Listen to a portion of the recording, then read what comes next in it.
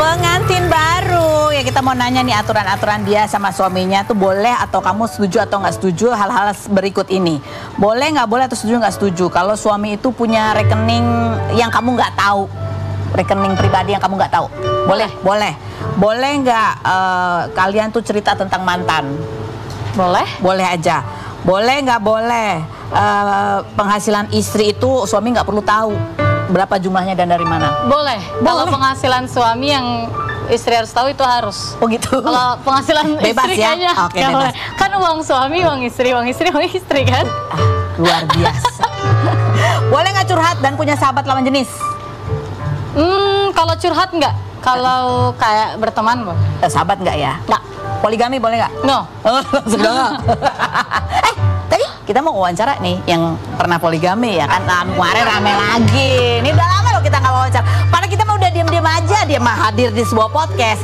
Dia bilang katanya dia nggak setuju kalau dia itu disebut sebagai menelantarkan anak, karena dia mengatakan bahwa masing-masing mantan istrinya itu udah dikasih rumah gitu ya kan? Langsung deh tuh mantan-mantan istrinya semua menjawabnya.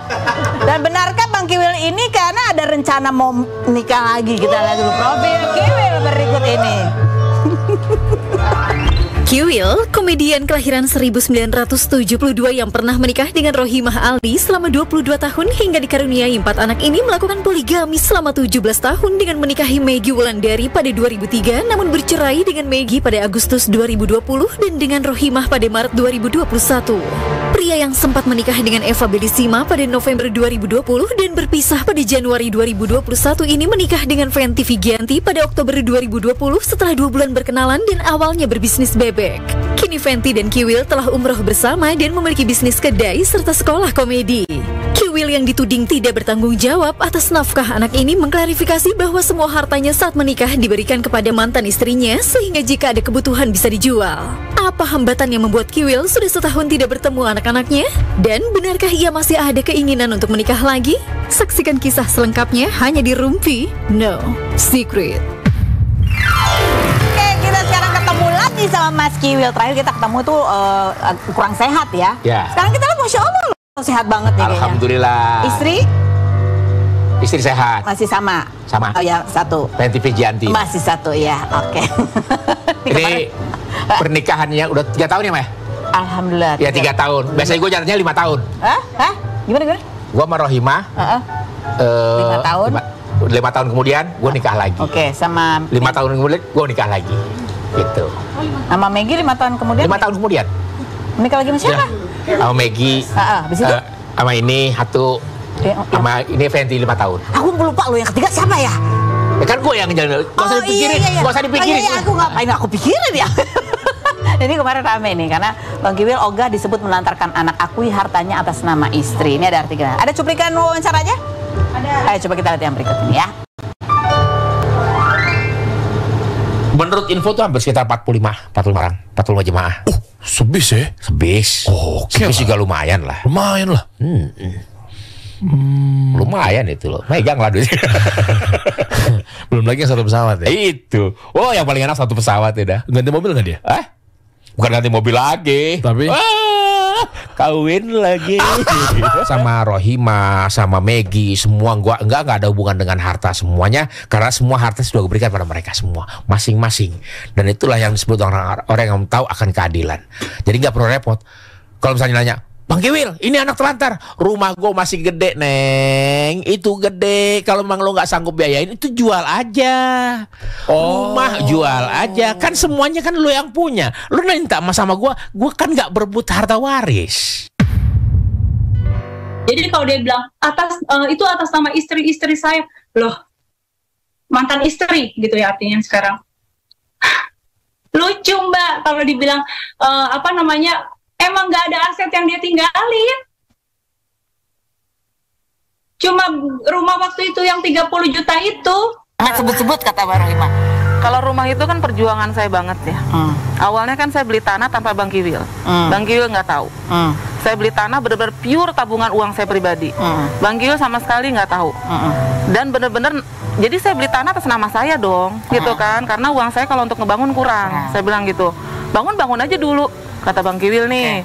Akhirnya dengan itikat saya seperti itu, dengan omongan Bang Kiwil seperti itu, saya pretelin semua emas-emas saya ambil deposit saya, mulailah saya ngebangun.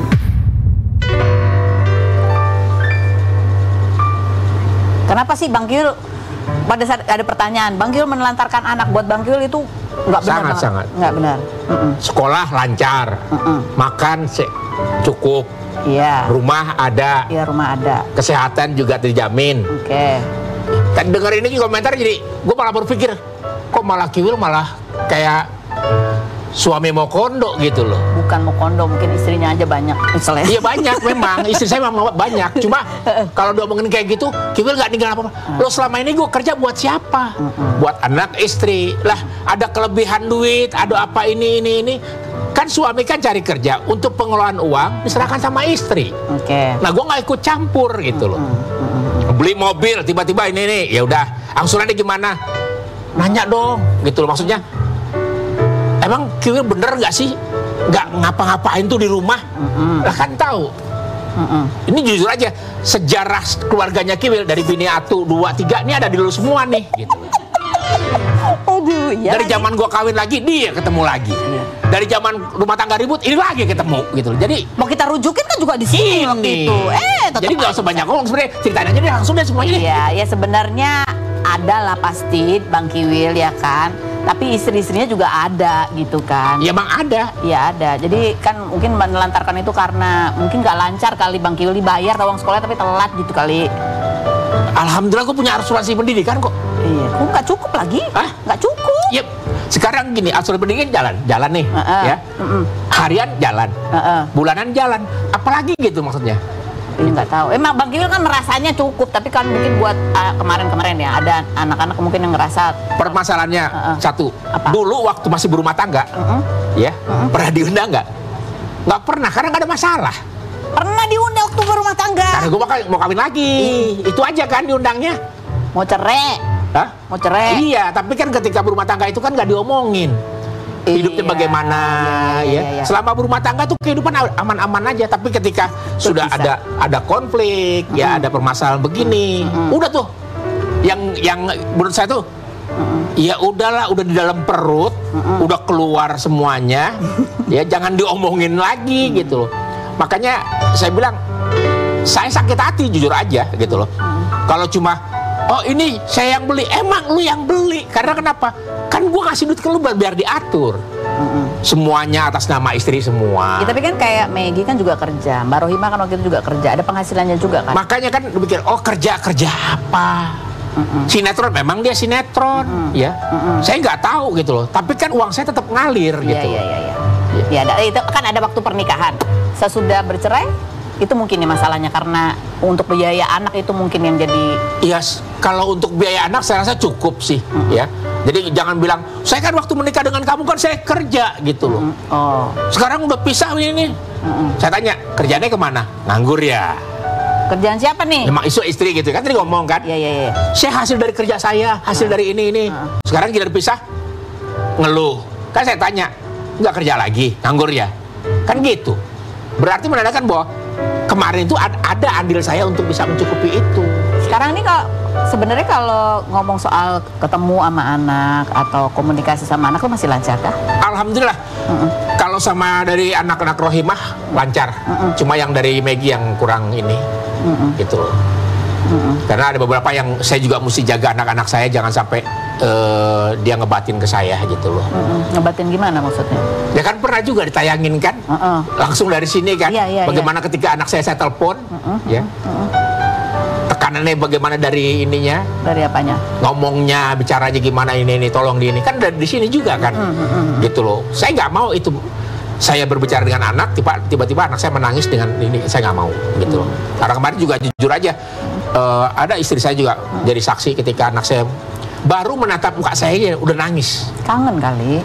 Bukan kangen lagi, jangan tanya ke anak bagaimana dengan bapaknya yang bertahun-tahun nahan kerinduan gitu loh. Saya sama anak saya juga sama si Rifki, Mesya, ini. Jujur aja, saya yang nggak kuat gitu menahan anak saya marah ketika saya menangis. Gitu. Dan saya memang jujur ya nggak mau kayak gitu. Saya pengen, udah hidup normal aja, biasa-biasa aja gitu loh. Misalnya jangan ditekan kapan anak mau ini. Iya. Kalau misalnya nanti dibilang Kiwil mentertawakan anak, solusinya gampang, cuma satu. Apa? Serahkan anak-anak kepada saya. Saya rawat, saya didik, saya sekolahkan. Selesai. Dan gak bakal ada lagi cerita-cerita kayak gitu. Kiwil mentertawakan anak, gak mungkin lah, orang anak ada di saya semua. Iya benar. Ya udahlah, nanti kita telepon aja deh nontonnya. Nggak tahu ya. Oke, kita ke bintang tamu kita yang selanjutnya aja dah. Ada Yunita Siregar, kita lihat dulu profilnya berikut ini. Yunita Siregar, aktris dan model kelahiran 1994 yang mengawali karir sebagai model Go Girl Look pada 2010 ini mulai debut akting dengan bermain sinetron Love in Paris tahun 2012 bersama Michelle Judith dan Dimas Anggara, hingga kini telah membintangi sejumlah layar lebar, salah satunya berjudul Hari Ini Akan Kita Ceritakan Nanti. Anak bungsu dari 3 bersaudara yang memiliki hobi olahraga serta mengidolakan boyband asal Korea Selatan ini, ibunya sudah meninggal ketika ia usia 12 tahun, lalu 9 tahun kemudian disusul dengan kepergian ayahnya. Lulusan D3 Administrasi Keuangan dan Perbankan Universitas Indonesia dan S1 Manajemen Bisnis Universitas Bina Nusantara ini memiliki background keluarga yang berkarir sebagai pegawai negeri, salah satunya mendiang ayahnya yang semasa hidupnya bekerja di Kementerian Keuangan. Benarkah Yunita sempat kesulitan menghilangkan image-nya sebagai pemain sinetron ketika ingin terjun ke dunia film? Dan benarkah Yunita Siregar sangat selektif soal percintaannya? Saksikan kisah selengkapnya hanya di Rumpi No Secret.